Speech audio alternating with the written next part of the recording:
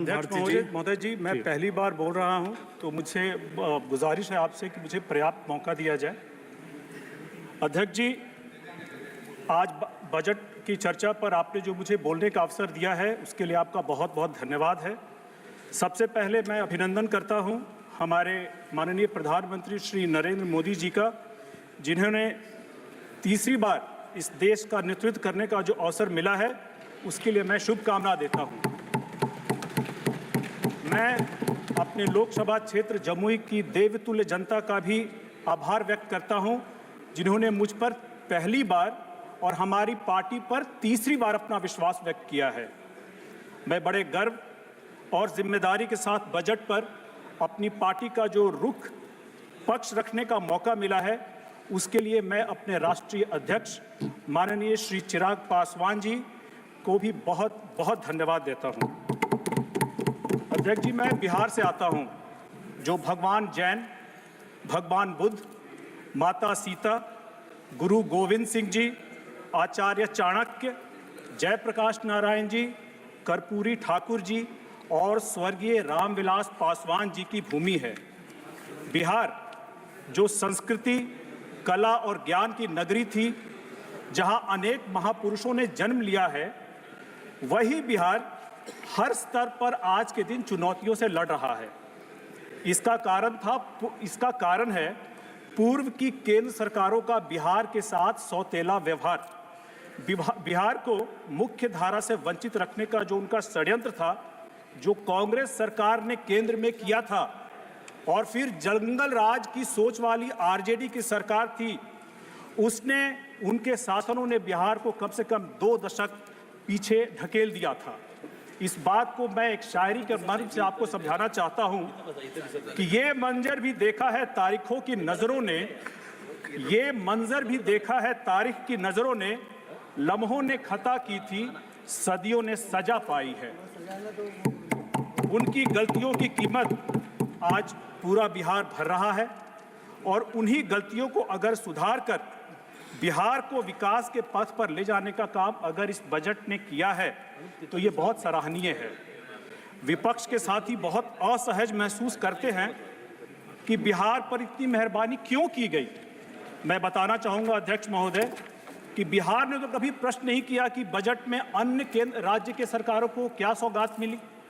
उदाहरण के तौर पर 2021 के बजट में केंद्र सरकार ने 25,000 करोड़ का इकोनॉमिक कॉरिडोर बंगाल को दिया था, या 1 लाख करोड़ से 1100 किलोमीटर के राजमार्ग की राशि केरल में दी गई थी, जहां एनडीए की सरकार नहीं थी। लेकिन जब बिहार को इस बजट में दिया जा रहा है तो आपत्ति है।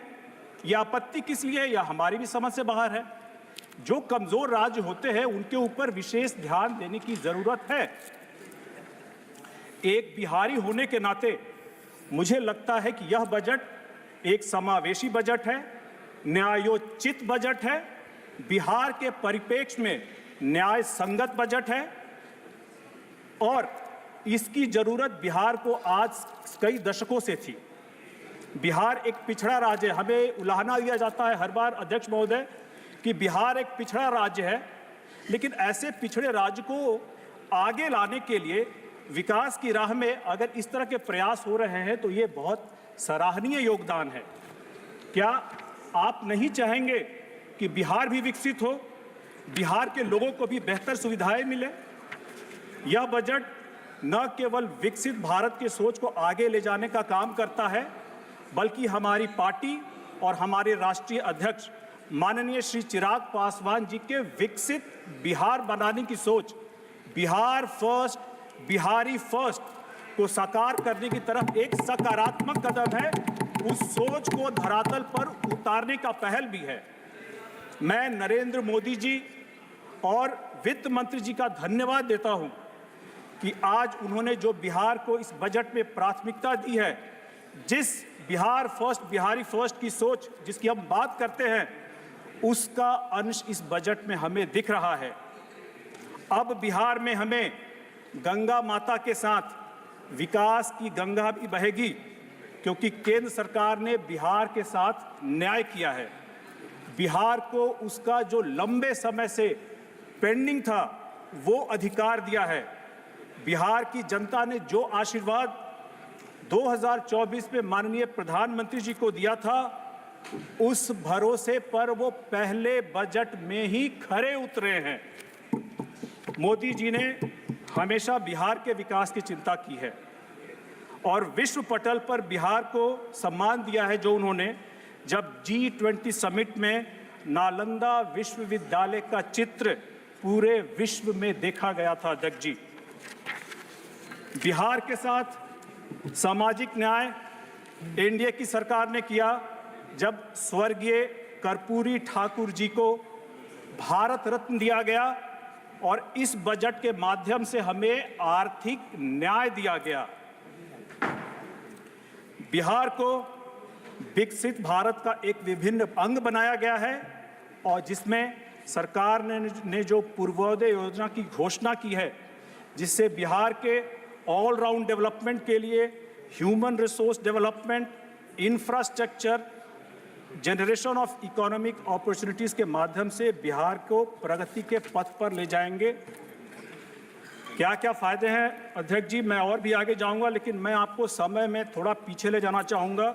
लगभग 2 दशक पीछे एक तत्कालीन मुख्यमंत्री हुआ करते थे बिहार के, जिनके बारे में बिहार में एक कहानी चलती है कि जब वहाँ की जनता उनके पास गई और उन्होंने कहा कि मुख्यमंत्री जी, हमें सड़क की ज़रूरत है, तो मुख्यमंत्री जी ने ये कहा था कि अच्छा है तुम्हारे गांव में सड़क नहीं है, क्योंकि जब तुम अपराध करोगे और तुम्हारे गांव में सड़क होगी तो पुलिस तुमको पकड़ करके गिरफ्तार करने आ जाएगी ना।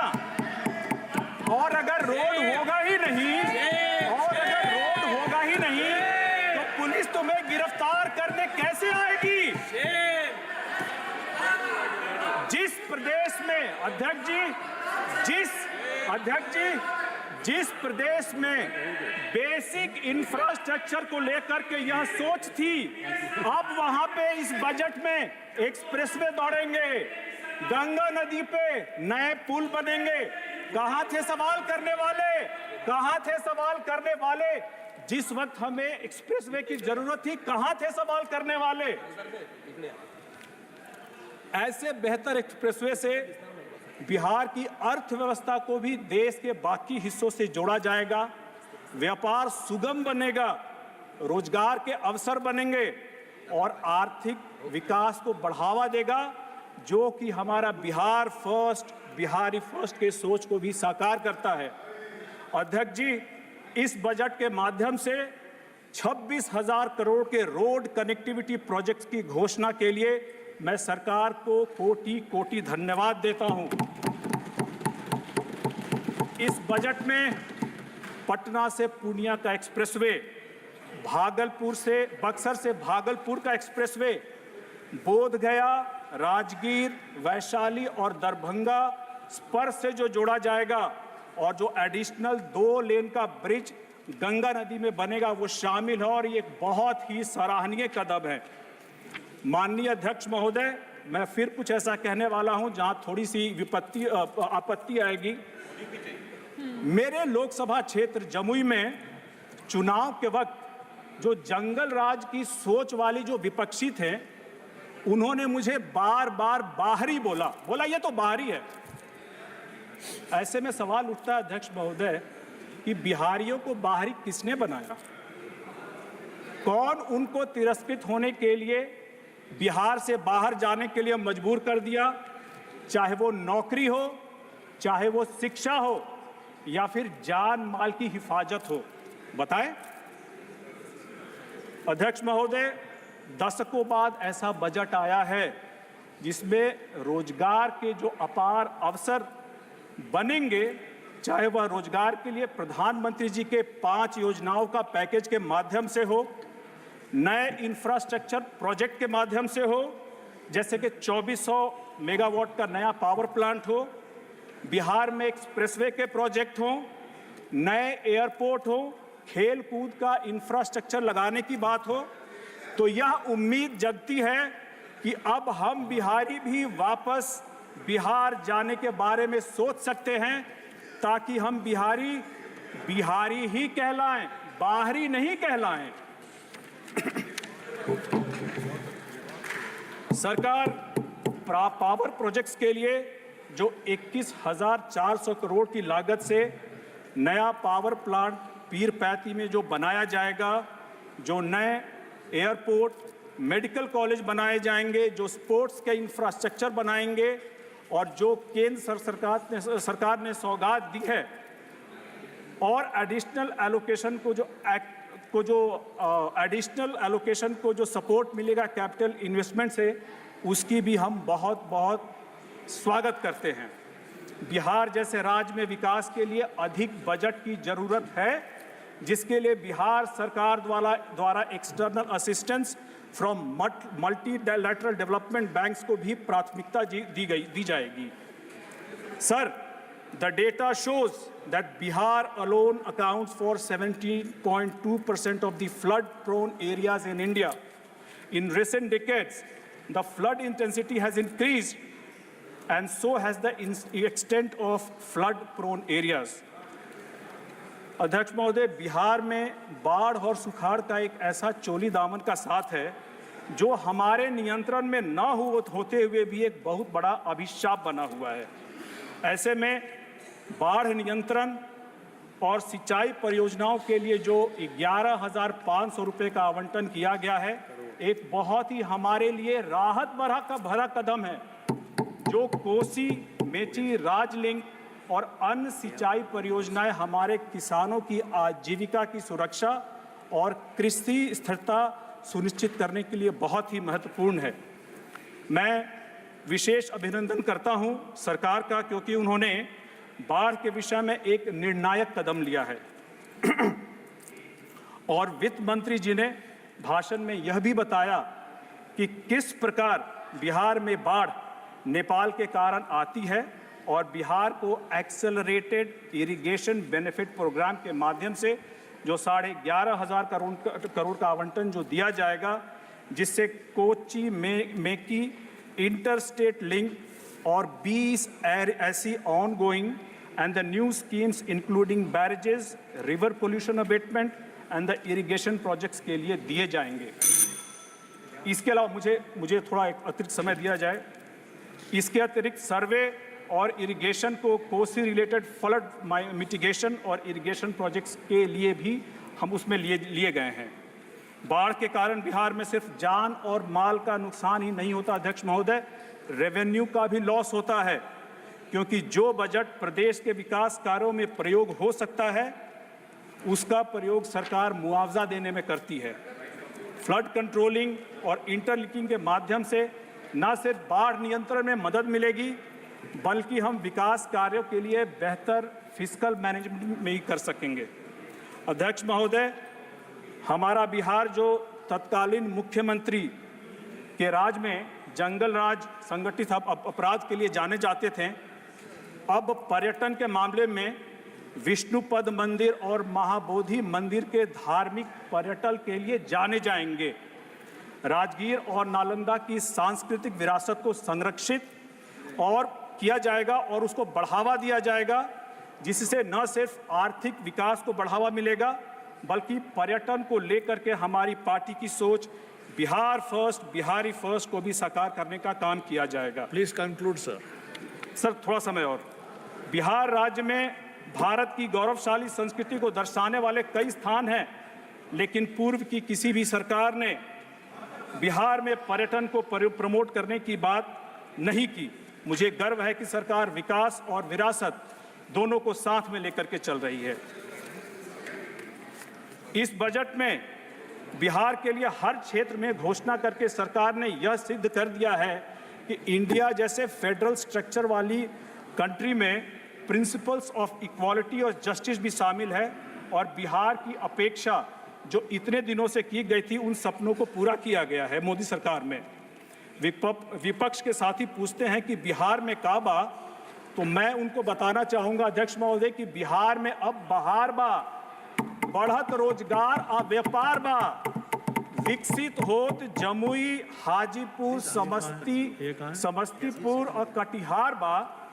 बजट में परियोजनाओं का बौछार बा, जिसे देख करके विपक्ष अब लाचार बा, क्योंकि केंद्र और राज्य में डबल इंजन की सरकार बा। अध्यक्ष महोदय, माननीय सदस्य अगर मैं- धैर्यशील माने। सर मुझे कंप्लीट करने दिया, अब थोड़ा सा रह गया सर, थोड़ा सा रह गया नहीं, सर, मुझे कंप्लीट करने दिया जाए। अगर Last अगर 30 seconds, अगर please मैं conclude. बिहार के विकास की बात करूं और बाकी एलोकेशन की बात करूं हुजूर, तो पिछले 10 वर्षों में भाई, केंद्र सरकार ने हमारी बाकी पूरी सदस्य मदद लोगों की का है। भी समय नहीं मिलेगा, प्लीज अंडरस्टैंड। सर पहली बार है सर, प्लीज पहली बार है, please Made conclude an in answer. 30 seconds please. Bihar में आज रेल को 71,000 करोड़ की परियोजनाएं, 12 नई लाइन, 4 गॉज कन्वर्जन और 18 डबलिंग लाइन दी गई है। सेंट्रल रोड और इंफ्रास्ट्रक्चर फंड CIRF के माध्यम से हमारे राज्य को पिछले 4 वर्षों में 1500 करोड़ के रोड प्रोजेक्ट्स दिए गए हैं। वित्तीय वर्ष 23-24 में बिहार को केंद्र से लगभग 1,73,000 करोड़ रुपए प्राप्त हुए हैं।